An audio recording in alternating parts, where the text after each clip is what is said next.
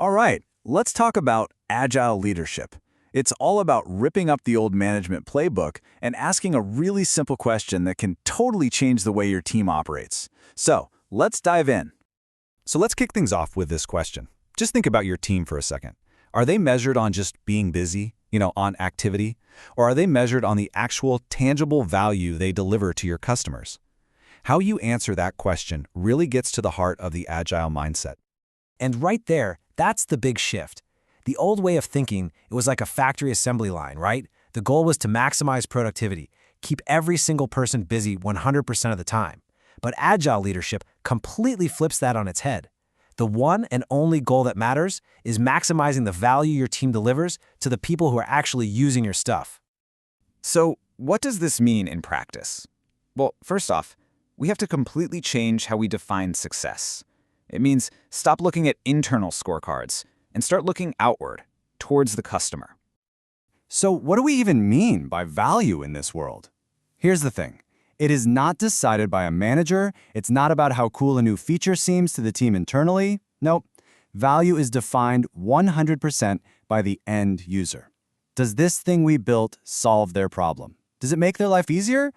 That is the only test that counts. And this line right here, this is the anchor for this entire philosophy. It's the foundation. If you ever find yourself stuck on a decision, just stop and ask, how would our customer judge this? Because at the end of the day, they are the only judge that truly matters. Okay, so that's all great, but what happens when things get complicated and messy? Which brings us right to our next big idea, working with complexity, and understanding why being able to adapt is always better than trying to predict the future.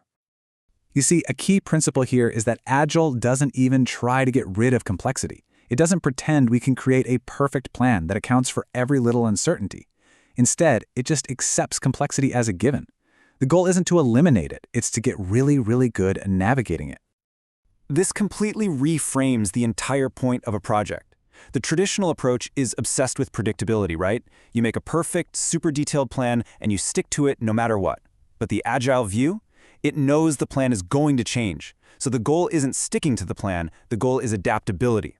The most important question becomes, how fast can we react when we learn something new? Oh man, this one is probably my favorite mindset shift of them all. Traditionally, rework is a bad word. It means somebody messed up and now it's costing us time and money. But in an agile world, rework that comes from customer feedback is absolute gold. It means you were brave enough to put something out there, you learned what people really needed, and now you're making it better. That's not a failure, that's just incredibly valuable feedback. Okay, so if we're changing our goals and we're changing how we approach the work, well, it only makes sense that the leader's role has to change too, radically. This brings us to the third big shift, moving from being a director to being an enabler. And I'm not talking about a small adjustment here, like a little tweak to your management style. This is a fundamental, ground-up overhaul of what it even means to be a leader. It means you have to let go of all those old command and control habits and really embrace a whole new way of being. To really get a handle on this new role, I think the best place to start is with what an agile leader stops doing. These are the classic management behaviors that actually get in the way of a truly high-performing agile team. An agile leader learns to let go. They don't personally own product quality anymore. The whole team does. They stop dictating release dates from on high or making all the big technical decisions. And this is a huge one. They stop chasing those misleading busyness metrics like velocity. All that does is encourage people to game the system. Instead, the leader's job is to empower the team to own all of this. So, if they're giving up all that control, what on earth do they do all day? Well, their job pivots completely. Their entire focus shifts to enabling, supporting, and empowering the team. Let's look at the new job description. The leader's new job is to serve the team. They become obsessed with removing roadblocks, anything that's slowing the team down. They foster transparency. They build an environment of trust where it's safe for people to do their best work. Ultimately, their real goal is to build a team that's so good, it barely needs them for day-to-day decisions. All right, that was a lot, so let's bring it all home with one core takeaway. Seriously, if you only remember one thing from all of this, please make it this next part. I absolutely love this analogy. You have to go from being a director on a movie set, shouting orders and controlling every single little detail, to being a gardener, Think about it. A gardener can't force a plant to grow, right?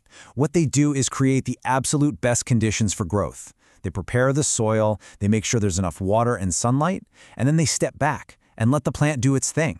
That is the Agile leader. And here it is, the bottom line. At the end of the day, your job is no longer to manage people's time or their tasks. Your real job is to manage the system and the environment so that your talented people are totally free to deliver incredible value to your customers. So I want to leave you with a challenge, a question to take back with you. Put on that Agile leader hat right now and ask yourself, what is the one single impediment, the one frustrating process, the one roadblock that you can remove for your team today? Whatever your answer is, that's your first step.